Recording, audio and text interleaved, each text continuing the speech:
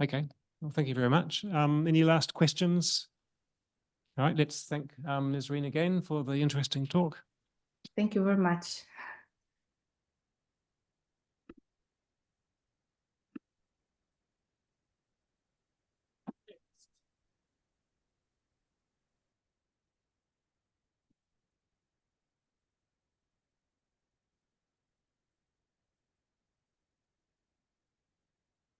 Gustav, are you giving the next talk? No, Elena, okay.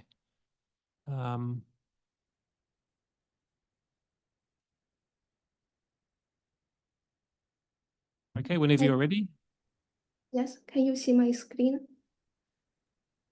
Yes, we can. Okay.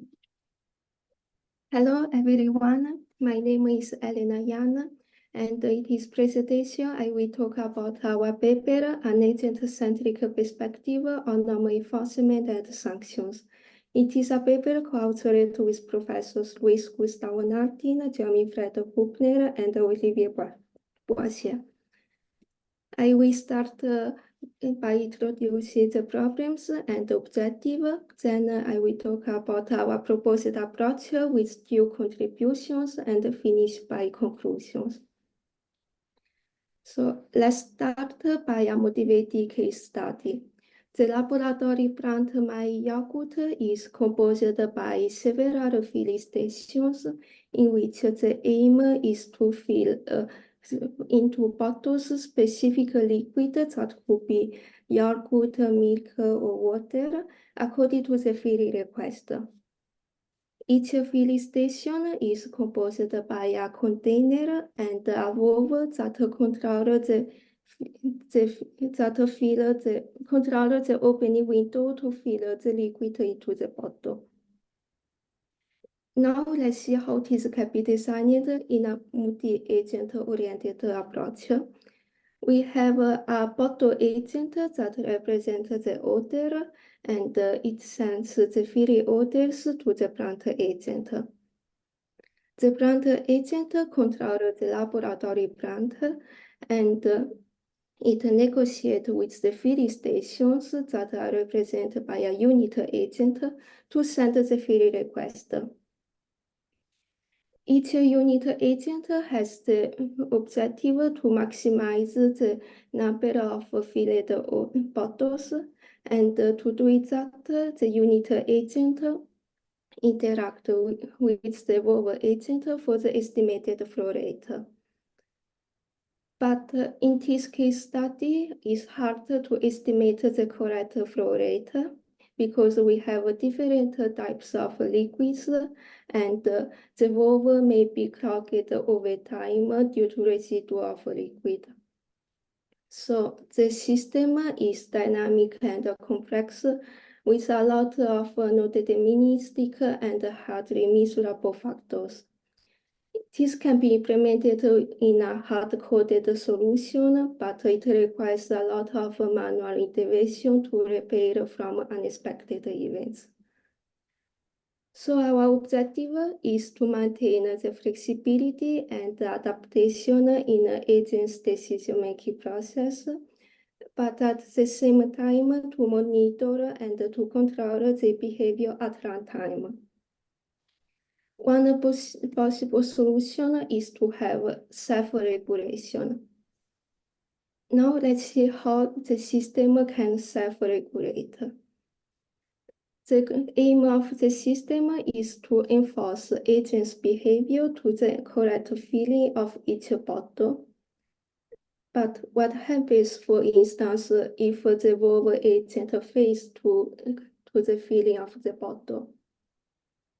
A possible solution is to enforce the valve agent to activate the self-cleaning procedure because the valve is clogged. Or in the worst case, so if the valve agent continuously fails, we can even consider to remove the unit agent completely as option, so the future orders will be not sent to that unit agent. Now let's see our proposed approach to do that.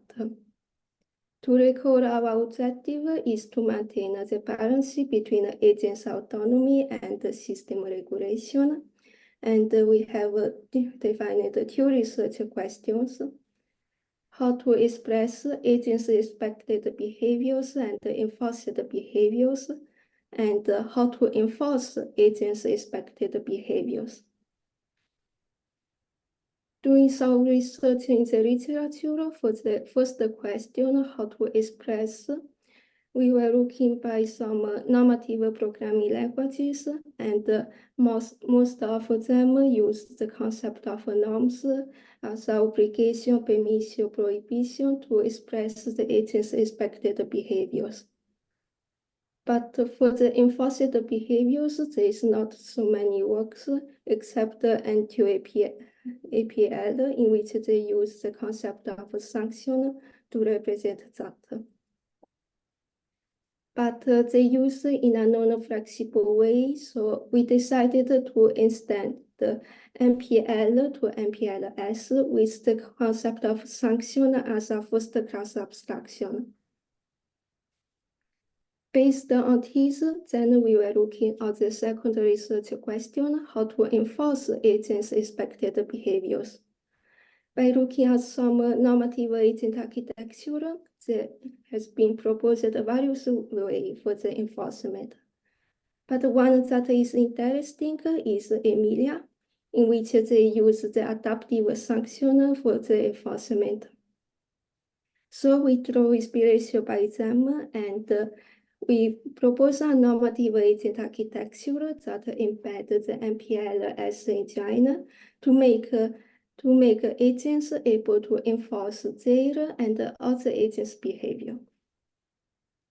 So to recall our proposed approach, our main contribution is the extension of the language from MPL to MPLS with sanctions.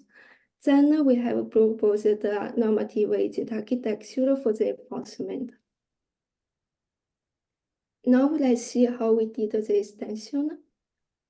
Let's look by the original version of the MPL for defining a norm. A norm, for instance, can be defined with an identifier N2 and is activated in some conditions. So, for instance, when we have measured the level of liquid of that bottle, and it will activate an obligation is targeted to an agent, to the unit, and to update some factors. This obligation is fulfilled when the deviation factor is negative, but what happens if the obligation is unfulfilled? In the original version, we cannot explicitly express that. So in our extension, we added some post conditions, and we make possible to associate one or more sanction rule if the obligation is unfulfilled, is fulfilled or inactive. For instance, we associate the sanction rule 1 and sanction rule 2 if the obligation is for update the factors is unfulfilled. A sanction rule is defined by an identifier with some arguments and is activated with some conditions. For instance, when the violation occurs more than 3 consecutive times. And it is associated with a sanction targeted to an agent, to the verb, to activate the self-cleaning procedure. Now let's see our second contribution, the normative agent architecture. We focus on BDI Giacomo agent architecture, and based on that, we integrate the MPLS engine to make the agent able to reason about norms and sanctions. Then we add a de jure in which stores all the norms and sanctions for that agent, and the factor in which stores all the historical information of norms and sanctions. We have defined a module for the enforcement that are composed by various plans that are inspired by Emilia. In particular, they are detector, evaluator, executor, controller, and legislator. Now let's see in detail how the enforcement plans interact with each other and the other components.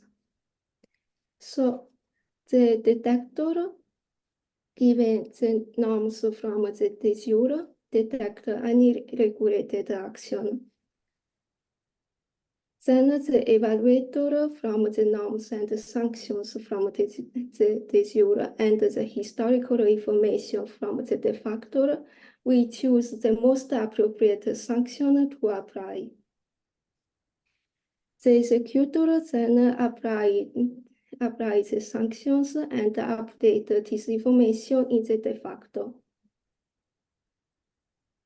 The controller, given the regulated action and applied sanctions, will observe and calculate the sanction efficacy and update in the de facto. Then the legislator, based on the information from the de facto, will update and modify the norms and sanctions in the de jure. So this is our overall normative agent architecture. And now let's go to the case study. We have defined the norms that refer to the correct fill of each bottle.